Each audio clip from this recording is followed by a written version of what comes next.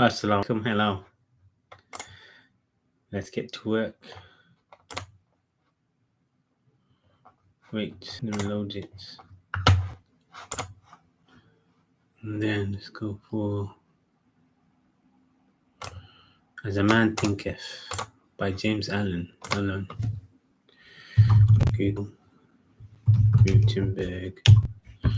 Project. Paste.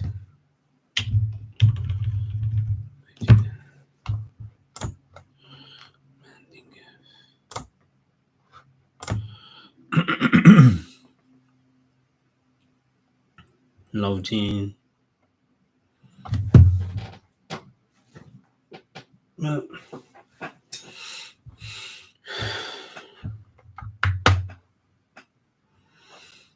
Let's see what happens.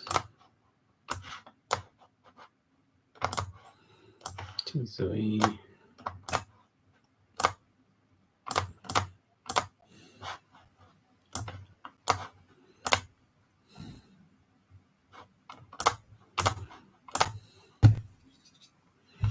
Okay, As a Man Thinketh.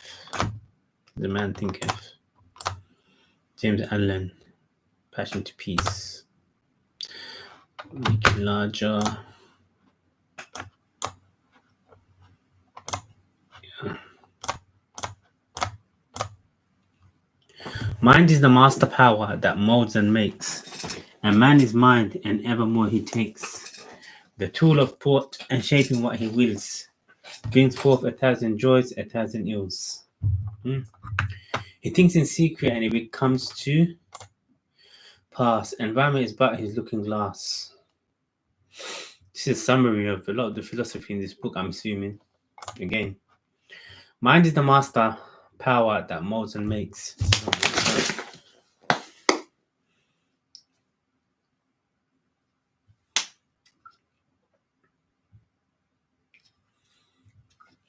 Mind is the master power that molds and makes, and man is mind, and evermore he takes. The tool of thought and shaping what he wills, brings forth 1,000 joys, 1,000 ills. Things in secret and it comes to pass. And man is but his looking glass. So addition, thought and character. Thought and character come on loading.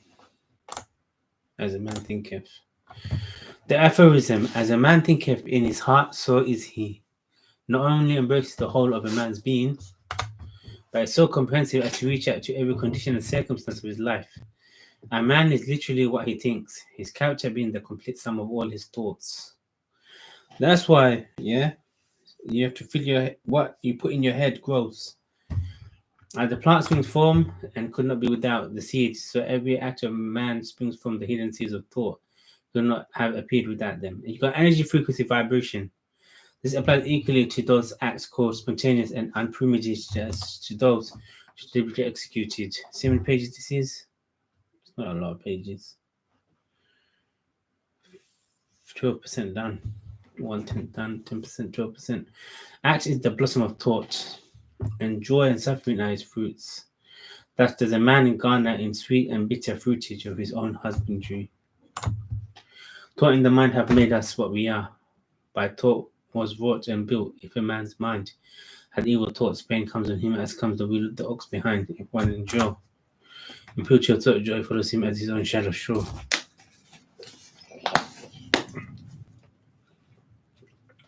Man is a growth by law, and not a creation but by artifice.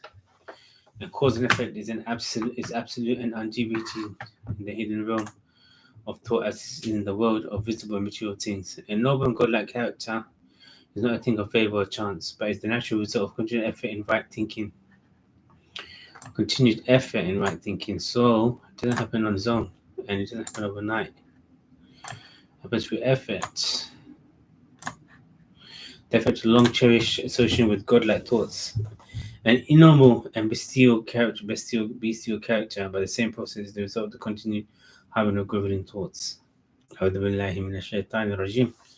Man is made or unmade by himself. In the armory of thought, he forgets the weapons by which he destroys himself.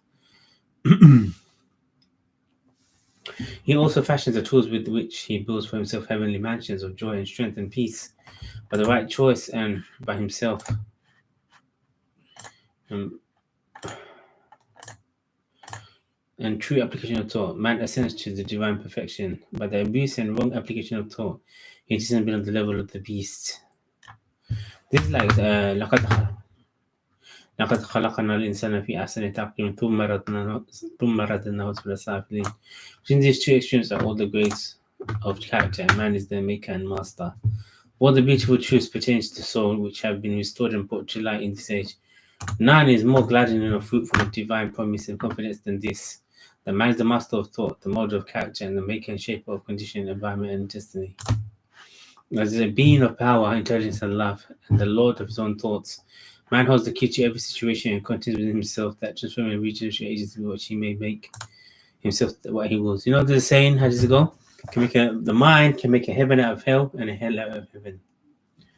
Now you could be in prison, you can look at the stars and be optimistic, or you can look at the sewage and be pessimistic. Man is always the master, even in his weaker and most abandoned state. But in his weakness and degradation, he is the foolish master who discovers his household. When he begins to reflect upon his condition and to search diligently for the law upon which his being is established, he then becomes the wise master, directing his energies with intelligence and fashioning his thoughts to fruitful issues. Just as the conscious master, and man can only thus become by discovering within himself the laws of thought, which discovery is totally a matter of application, self-analysis, and experience. That's right. We're proactive. Only by much searching and mining are gold and diamonds obtained. Man can find every truth connected with his being if he will dig deep into the mind of his soul, and that he is the maker of his character, the molder of his life, and the builder of his destiny. He may unerringly improve if he will watch, control, and alter his thoughts, tracing the effects upon himself, upon others, and upon his life and circumstances, linking cause and effect by patient practice and investigation, and utilizing every experience, even to the most trivial everyday occurrence, as a means of obtaining that knowledge of himself, which is understanding, wisdom, power. Okay, let's stop here and go to this bookmark. This one. Let's go right to the beginning. D. Stop.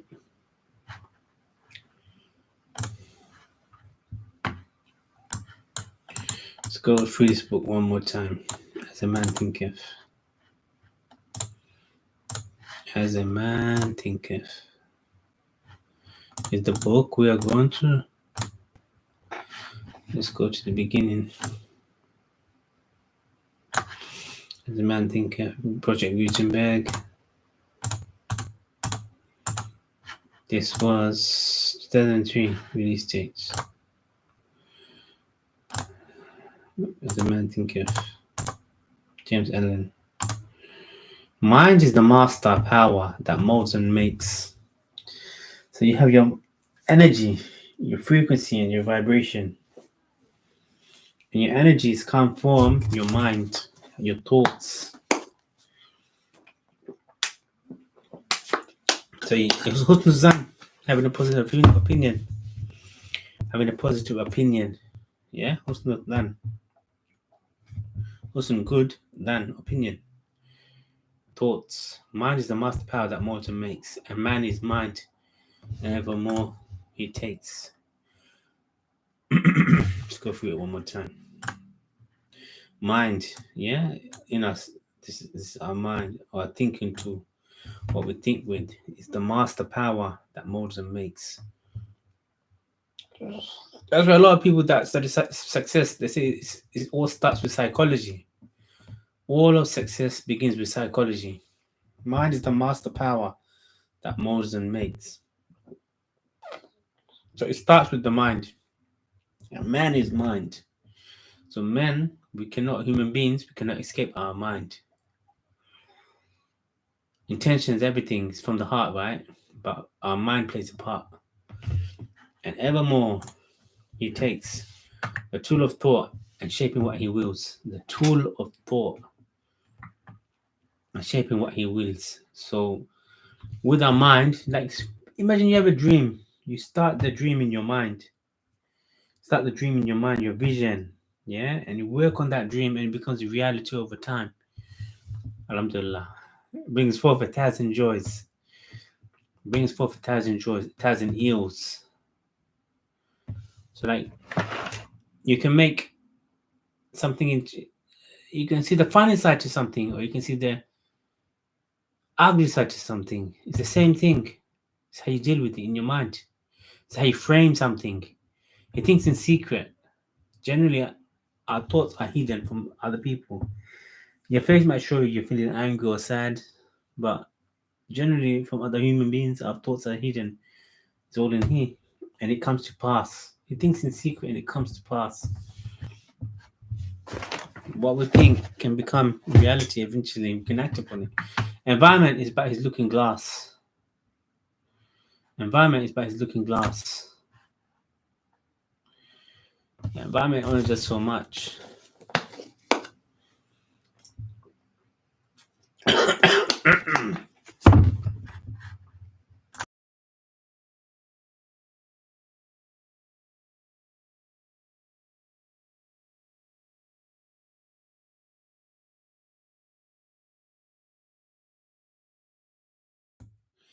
Right.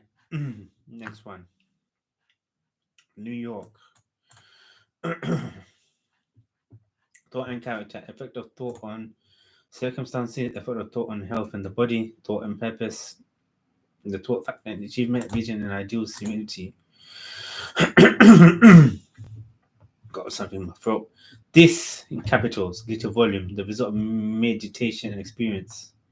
So reflection, meditation, reflection, experience. Yeah, experience is a form of learning. You can learn from others' experience. 2. It is not intended as an exhaustive treatise on the much written upon subject of the power of thought. It is suggestive rather than explanatory. Its object being to stimulate men and women to discover and perceive the truth that they themselves are makers of themselves. Now, I'll give you an example, right? If you're walking down the street and you think you're happy to see someone, you might smile, they smile back, and you move on. Your vibe, the vibe you give off to people, it can reflect onto you, rebound onto you. They themselves are makers of themselves. By virtue of the thoughts which they choose and encourage. It's like a river, yeah? Your thoughts are like a river. You have to let it flow in the right direction. Once it becomes a habit, then it's easier. That's just my opinion. That mind is the master weaver. Mind is the master weaver. Because that's where it starts in the mind before it becomes reality. Imagine you want to build a mansion. Both the inner garment of character and the outer garment of circumstance. Inner garment of character. How you behave. You know, they say people that same wavelength, they get along. And the outer garment of circumstance, and the outer garment of circumstance, and that as they may have hitherto woven in ignorance and pain, they may now weave in enlightenment and happiness. England, it's from England. Il fracom, wherever that is, I don't know. As a man thinketh, thought and character, the aphorism, as a man think in his heart, so is he. Powerful, very powerful. As a man thinketh in his heart, so is he. As a man thinketh in his heart, so is he. As a man thinketh in his heart, so is he. 10 words. Let's see. 1, 2, 3. 1, 2, 3. 4, 5, 6, 7. Plus 3, 10. Yeah. As a man thinketh in his heart, so is he. As a man thinketh in his heart, so is he. Not only embraces the whole of a man's being. I like how it says thinketh, right? In his heart, not in his mind. In his heart, because the mind and the heart is not the same thing. not only embraces the whole of a man's being, not only embraces the whole of a man's being, but it's so comprehensive as to reach out to every condition and circumstance of his life. You know, if you're moody, yeah, if you're moody, people behave around you differently. Attitude, the attitude that you bring to work, to life, to people, to places, it does make a difference. It can cheer people up or make people miserable to talk to you, to be next to you. A man is literally what he thinks. A man is literally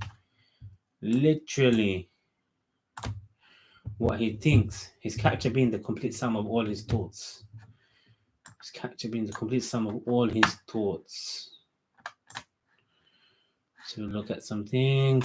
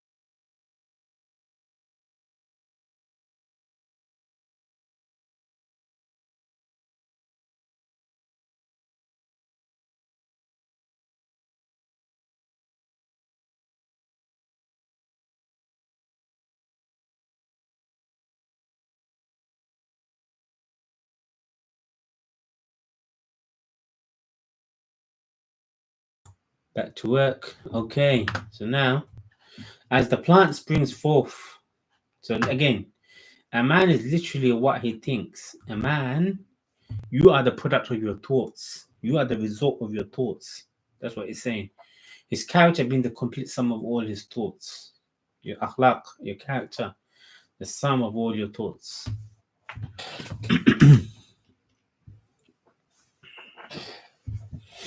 All right. As the plant springs forth from, it could not be without the seed.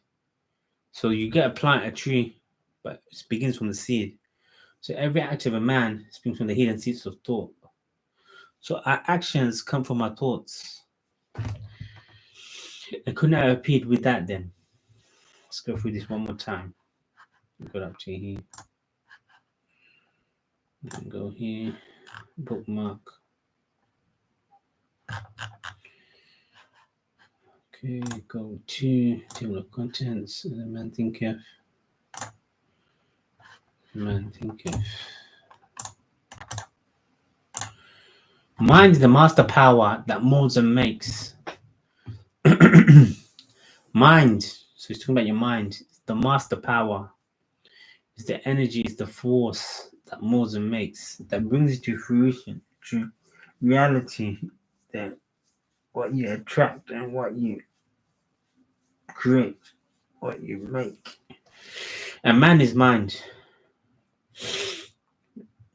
And saying you are your mind. Your mind is you. And evermore he takes the tool of thought, shaping what he wields. All right, enough. Finish.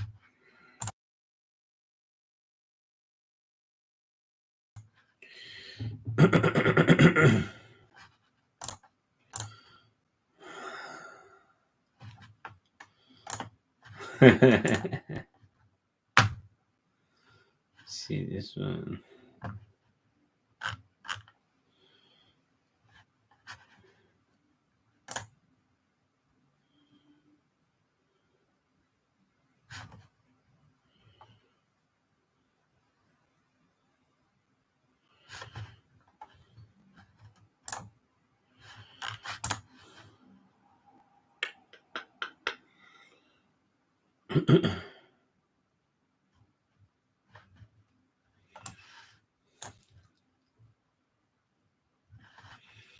Let's go for another book.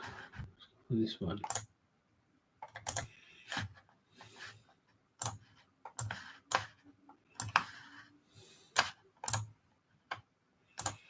As a man thinketh. Subject, conduct of life, location. Subject, conduct of life. Let's go to this one.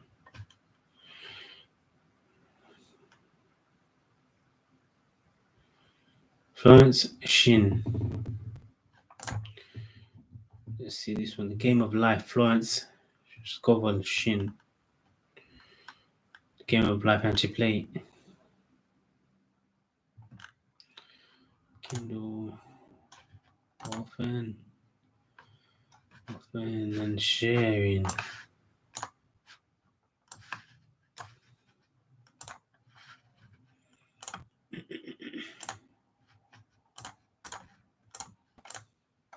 Okay, we're back. I didn't even know he was off. Hello? Yeah, unmute. Done. Okay, The Game of Life. Project Gutenberg. Game of Life. Release date only recently, 11th of December. Game of Life. P.O. Box, California, 1925. This is 100-year-old book. Yeah. Most people consider life a battle, but it's not a battle, it's a game. Interesting. It's a game. It's a game, however, which cannot be played successfully without the knowledge of spiritual law and the Old and New Testaments give the rules of the game with wonderful clearness. Jesus Christ taught that it was a great game of giving and receiving. Whatsoever a man soweth, that shall he also reap. This means that whatever man sends out in word or deed will return to him. What he gives, he will receive. If he gives hate, he will receive hate. If he gives love, he will receive love. If he gives criticism, he will receive criticism. Jump, keep the heart of imagination with all diligence. Follow the issues of life. Proverbs. This means that what man images, sooner or later externalizes in his affairs. I know of a man who feared a certain disease. It was a very rare disease and difficult to get, but he pictured it continually and read about it until it manifested in his body and died. Subhanallah. The victim of distorted imagination. So we see to play successfully the game of life must train the imagining faculty. A person with an imagining faculty trained to image only good brings to life every righteous desire of his heart. Health, wealth, love, friends, perfect self-expression, his highest ideals. The imagination has been called the scissors of the mind. The imagination has been called the scissors of the mind. It's ever cutting day by day. The pictures man sees there, and sooner or later he meets his own creations in his outer world. Shouldn't the imagination successfully, man must understand the workings of his mind. The Greek said, know thyself. Did they really? There are three departments of the mind: subconscious, conscious, and superconscious. Conscious simply power without direction. It is like a steam or electricity and it does what it directed to. It has no power of induction.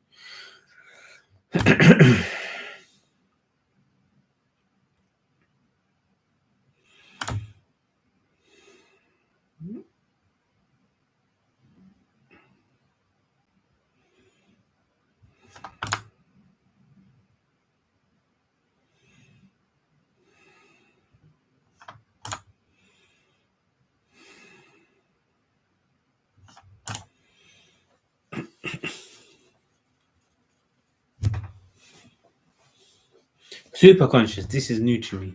Superconscious. See what else we got over here.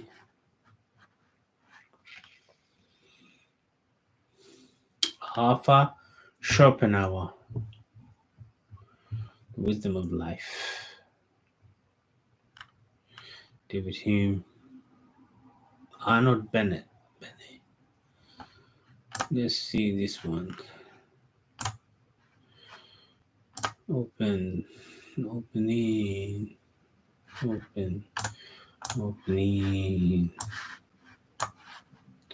How to live on 24 hours a day. How to live on 24 hours a day. Arnold Bennett.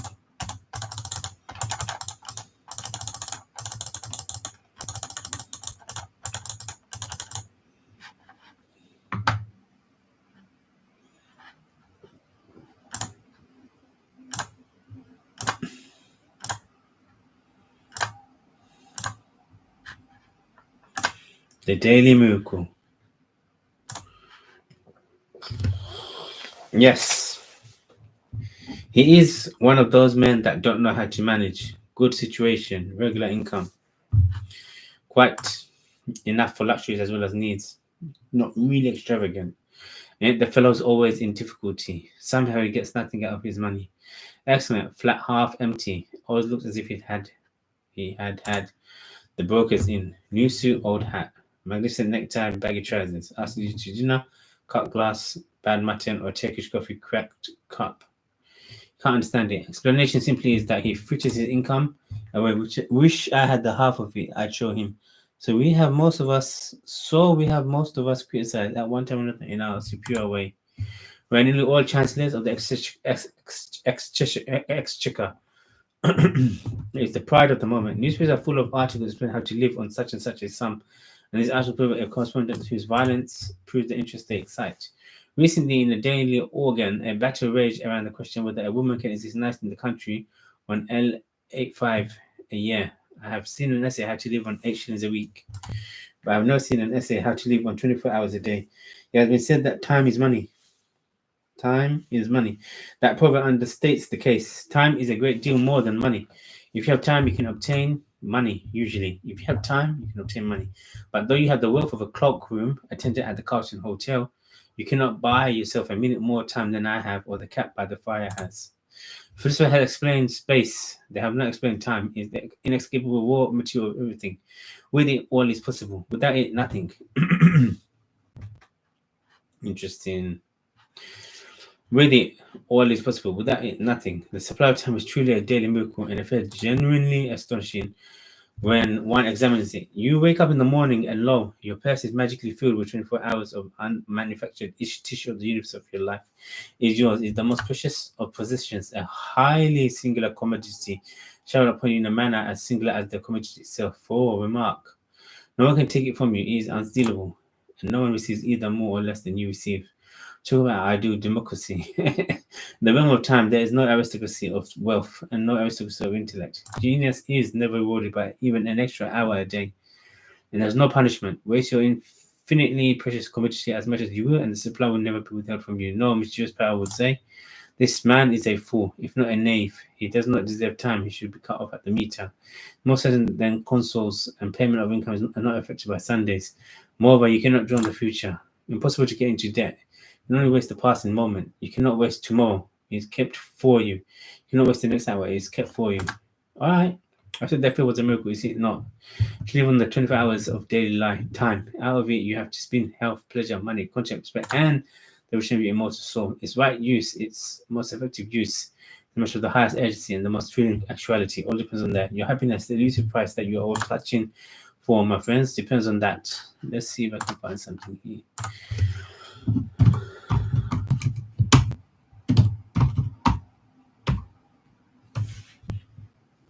Let's see what comes up. Go. Oh no.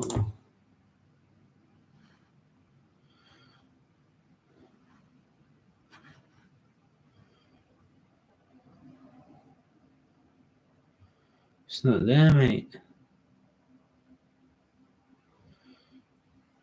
All right. All right.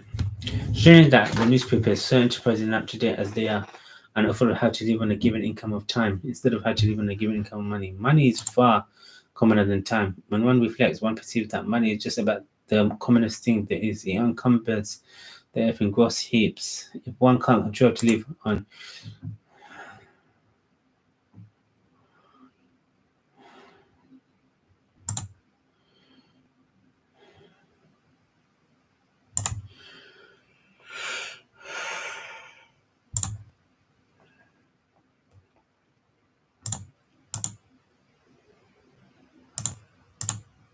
chapter 2, I skipped a bit.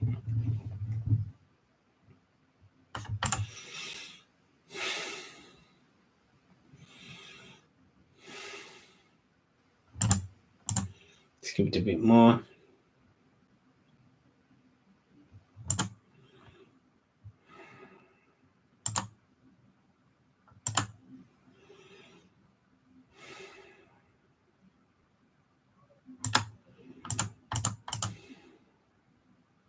Mecca.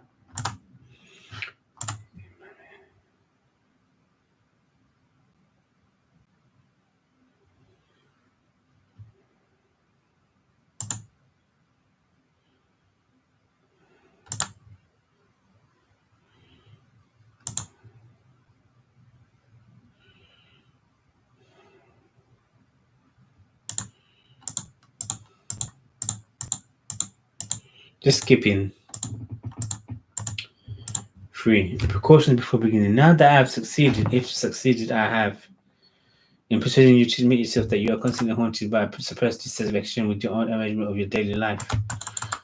Skip.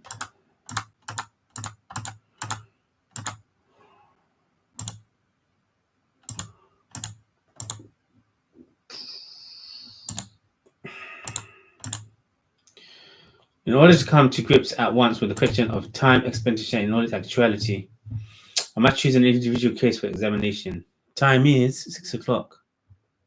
End. Time to end. Goodbye.